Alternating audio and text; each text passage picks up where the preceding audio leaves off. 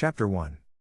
Sir Walter Elliot, of Kellynch Hall, in Somersetshire, was a man who, for his own amusement, never took up any book but the baronetage. There he found occupation for an idle hour, and consolation in a distressed one. There his faculties were roused into admiration and respect, by contemplating the limited remnant of the earliest patents. There any unwelcome sensations, arising from domestic affairs changed naturally into pity and contempt as he turned over the almost endless creations of the last century. And there, if every other leaf were powerless, he could read his own history with an interest which never failed. This was the page at which the favorite volume always opened. Elliot of Kellynch Hall.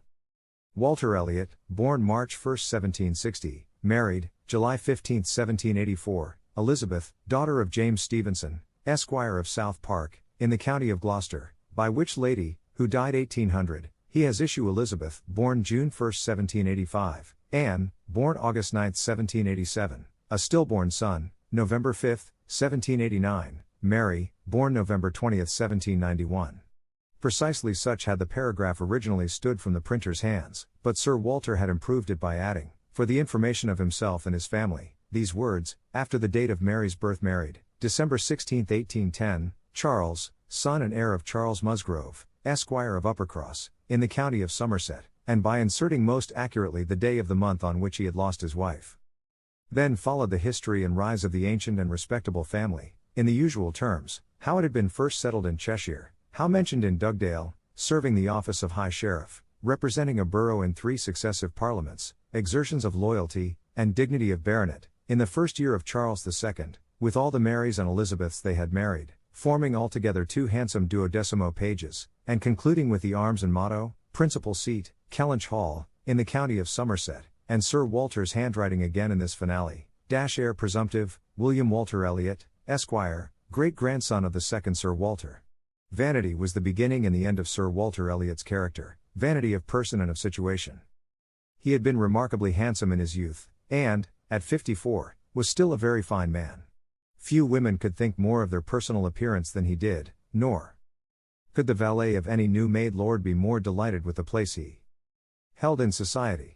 He considered the blessing of beauty as inferior only to the blessing of a baronetcy, and the Sir Walter Elliot, who united these gifts, was the constant object of his warmest respect and devotion. His good looks and his rank had one fair claim on his attachment, since to them he must have owed a wife of very superior character to anything deserved by his own. Lady Elliot had been an excellent woman, sensible and amiable, whose judgment and conduct, if they might be pardoned the youthful infatuation which made her Lady Elliot, had never required indulgence afterwards. She had humored, or softened, or concealed his failings, and promoted his real respectability for 17 years, and though not the very happiest being in the world herself, had found enough in her duties, her friends, and her children, to attach her to life, and make it no matter of indifference to her when she was called on to quit them. 3 girls, the 2 eldest 16 and 14, was an awful legacy for a mother to bequeath, an awful charge rather, to confide to the authority and guidance of a conceited, silly father. She had, however, one very intimate friend, a sensible, deserving woman, who had been brought, by strong attachment to herself, to settle close by her, in the village of Kellynch, and on her kindness and advice, Lady Elliot mainly relied for the best help and maintenance of the good principles and instruction which she had been anxiously giving her daughters. This friend, and Sir Walter, did not marry, whatever might have been anticipated on that head by their acquaintance. 13 years had passed away since Lady Elliot's death, and they were still near neighbors and intimate friends, and one remained a widower, the other a widow. That Lady Russell, of steady age and character, and extremely well provided for, should have no thought of a second marriage, needs no apology to the public, which is rather apt to be unreasonably discontented when a woman does marry again, than when she does not, but Sir Walter's continuing in singleness requires explanation. Be it known then, that Sir Walter, like a good father, having met with 1 or 2 private disappointments in very unreasonable applications, prided himself on remaining single for his dear daughter's sake. For one daughter, his eldest, he would really have given up anything, which he had not been very much tempted to do. Elizabeth had succeeded, at 16, to all that was possible, of her mother's rights and consequence, and being very handsome, and very like himself, her influence had always been great, and they had gone on together most happily. His 2 other children were of very inferior value. Mary had acquired a little artificial importance, by becoming Mrs. Charles Musgrove, but Anne, with an elegance of mind and sweetness of character, which must have placed her high with any people of real understanding, was nobody with either father or sister. Her word had no weight, her convenience was always to give way, she was only Anne. To Lady Russell, indeed, she was a most dear and highly valued goddaughter, favourite, and friend. Lady Russell loved them all, but it was only in Anne that she could fancy the mother to revive again. A few years before, Anne Elliot had been a very pretty girl, but her bloom had vanished early, and as even in its height, her father had found little to admire in her, so totally different were her delicate features and mild dark eyes from his own, there could be nothing in them, now that she was faded and thin, to excite his esteem. He had never indulged much hope, he had now none, of ever reading her name in any other page of his favourite work. All equality of alliance must rest with Elizabeth, for Mary had merely connected herself with an old country family of respectability and large fortune, and had therefore given all the honour and received none. Elizabeth would, one day or other, marry suitably. It sometimes happens that a woman is handsomer at 29 than she was 10 years before, and, generally speaking, if there has been neither ill health nor anxiety, it is a time of life at which scarcely any charm is lost. It was so with Elizabeth, still the same handsome Miss Elliot that she had begun to be 13 years ago, and Sir Walter might be excused, therefore, in forgetting her age, or, at least, be deemed only half a fool, for thinking himself and Elizabeth as blooming as ever, amidst the wreck of the good looks of everybody else, for he could plainly see how old all the rest of his family and acquaintance were growing. And haggard, merry course, every face in the neighbourhood worsting, and the rapid increase of the crow's foot about Lady Russell's temples had long been a distress to him. Elizabeth did not quite equal her father in personal contentment. 13 years had seen her mistress of Kellynch Hall, presiding and directing with a self-possession and decision which could never have given the idea of her being younger than she was.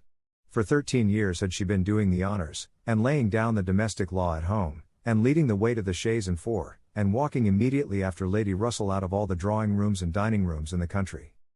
13 winters' revolving frosts had seen her opening every ball of credit which a scanty neighbourhood afforded, and 13 springs shone their blossoms, as she travelled up to London with her father, for a few weeks' annual enjoyment of the great world. She had the remembrance of all this, she had the consciousness of being 9 and 20 to give her some regrets and some apprehensions, she was fully satisfied of being still quite as handsome as ever, but she felt her approach to the years of danger, and would have rejoiced to be certain of being properly solicited by baronet blood within the next 12-month or two.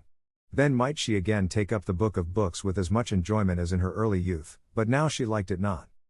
Always to be presented with the date of her own birth and see no marriage follow but that of a youngest sister, made the book an evil, and more than once, when her father had left it open on the table near her, had she closed it, with averted eyes, and pushed it away. She had had a disappointment, moreover, which that book, and especially the history of her own family, must ever present the remembrance of. The heir presumptive, the very William Walter Elliot, Esquire, whose rights had been so generously supported by her father, had disappointed her. She had, while a very young girl, as soon as she had known him to be, in the event of her having no brother, the future baronet, meant to marry him, and her father had always meant that she should. He had not been known to them as a boy, but soon after Lady Elliot's death, Sir Walter had sought the acquaintance, and though his overtures had not been met with any warmth, he had persevered in seeking it, making allowance for the modest drawing back of youth, and, in one of their spring excursions to London, when Elizabeth was in her first bloom, Mr. Elliot had been forced into the introduction. He was at that time a very young man, just engaged in the study of the law, and Elizabeth found him extremely agreeable, and every plan in his favour was confirmed. He was invited to Kellynch Hall, he was talked of and expected all the rest of the year, but he never came. The following spring he was seen again in town, found equally agreeable, again encouraged, invited, and expected, and again he did not come, and the next tidings were that he was married. Instead of pushing his fortune in the line marked out for the heir of the house of Elliot, he had purchased independence by uniting himself to a rich woman of inferior birth. Sir Walter has resented it. As the head of the house, he felt that he ought to have been consulted, especially after taking the young man so publicly by the hand. For they must have been seen together, he observed, once at Tattersall's, and twice in the lobby of the House of Commons. His disapprobation was expressed, but apparently very little regarded. Mr. Elliot had attempted no apology, and shown himself as unsolicitous of being longer noticed by the family, as Sir Walter considered him unworthy of it. All acquaintance between them had ceased. This very awkward history of Mr. Elliot was still, after an interval of several years, felt with anger by Elizabeth, who had liked the man for himself, and still more for being her father's heir, and whose strong family pride could see only in him a proper match for Sir Walter Elliot's eldest daughter. There was not a baronet from A to Z whom her feelings could have so willingly acknowledged as an equal. Yet so miserably had he conducted himself, that though she was at this present time, the summer of 1814, wearing black ribbons for his wife, she could not admit him to be worth thinking of again. The disgrace of his first marriage might, perhaps, as there was no reason to suppose it perpetuated by offspring, have been got over, had he not done worse, but he had, as by the customary intervention of kind friends, they had been informed, spoken most disrespectfully of them all, most slightingly and contemptuously of the very blood he belonged to, and the honors which were hereafter to be his own. This could not be pardoned. Such were Elizabeth Elliot's sentiments and sensations, such the cares to alloy, the agitations to vary, the sameness and the elegance, the prosperity and the nothingness of her scene of life, such the feelings to give interest to a long, uneventful residence in one country circle, to fill the vacancies which there were no habits of utility abroad, no talents or accomplishments for home, to occupy. But now, another occupation and solicitude of mind was beginning to be added to these. Her father was growing distressed for money. She knew that when he now took up the baronetage, it was to drive the heavy bills of his tradespeople, and the unwelcome hints of Mr. Shepherd, his agent, from his thoughts. The Kellynch property was good, but not equal to Sir Walter's apprehension of the state required in its possessor. While Lady Elliot lived, there had been method, moderation, and economy, which had just kept him within his income, but with her had died all such right-mindedness, and from that period he had been constantly exceeding it.